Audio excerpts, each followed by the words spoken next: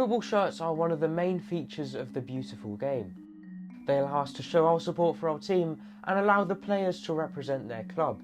Throughout the normal season, you see the thousands of fans in their team stadium wearing their team's home, away, maybe even third shirts. However, during the summer, when big tournaments are happening, like the Euros this year, there is a huge spike of just normal, maybe not even football supporting fans who are wearing football shirts out on the streets, especially over here in England. The thing is, many of these shirts, if not the majority of them, are fake. People aren't buying this year's England shirts directly from the Nike store, but they're getting these fakes from other websites such as DHgate and AliExpress, who are actually official sponsors of the Euros. Fake products are of course rife in all markets, such as handbags, clothes, shoes, all sorts are faked, and football shirts are no exception to this. And the reason why people are buying fake football shirts is also no different to why people buy fakes of other items.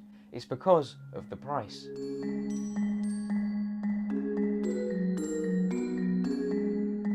This year's England home shirt directly from the Nike store is £85 in the fan version. This price goes up to £100 if you want a name on the back of the shirt. The player version of the shirt, which you can also buy, will then set you back £125, and a name on the back of that will increase the cost to a staggering £140.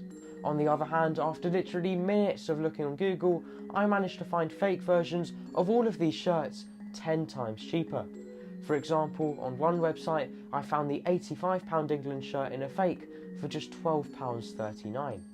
Now, the material on these fake shirts may not be as good as the real ones, and there's no resale value, but for your everyday person, it's a no-brainer to buy these fake shirts, especially if you're only wearing it for the summer and then maybe throwing it away.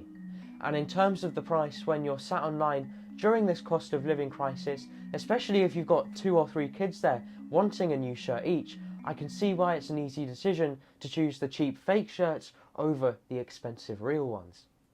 So what is the problem with buying a fake shirt? Well, it doesn't actually affect you as the buyer. However, it is illegal to sell these fake items, and we did see a man who sold counterfeit football shirts through social media fined nearly £120,000 recently. But like I say, it's not illegal to buy them. The other issue though is that the factories in which these shirts are made are all a little bit dodgy. There is this idea that floats around that fake football shirts are just defects that are made in the exact same factories as the real ones, but this is not true.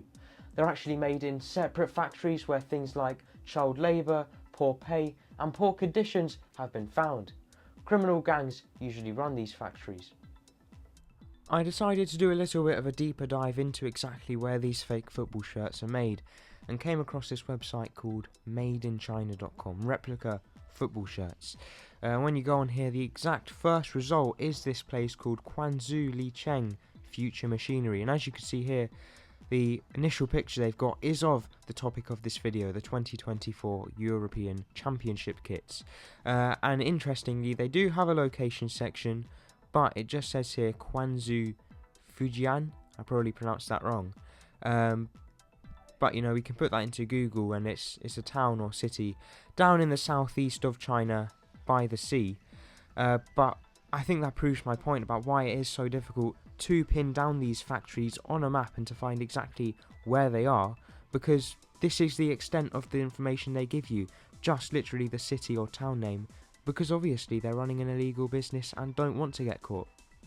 So what are authorities trying to do to tackle fake shirts? Well, as I mentioned earlier, fines and prison sentences are being handed out to sellers, and fake shirts have been seized. But it's difficult to do too much, as many of these shirts are advertised as just plain shirts online, and it's only when you order them and you get them at your door, that's when they've had all the badges and logos and sponsors being put on them. Also, most of these shirts are produced and shipped directly from places like China, so it's difficult to track down the exact locations of where these shirts are being made. And because it's in another country, the UK police, for example, can't do much about it. At the Euros this year, it was reported that German police would be fining those wearing fake shirts up to £4,000 because of German laws on trademarks, although I haven't heard of any fines being given out yet, and it seems really unrealistic for the police to be searching people to look for the specific tags and signs you have to look for on a shirt to tell whether it's real or fake not. There's bigger things to worry about, obviously. Let me know down below in the comment section if you've bought a fake football shirt before, or if you only buy the real thing. And I'll see you in the next video.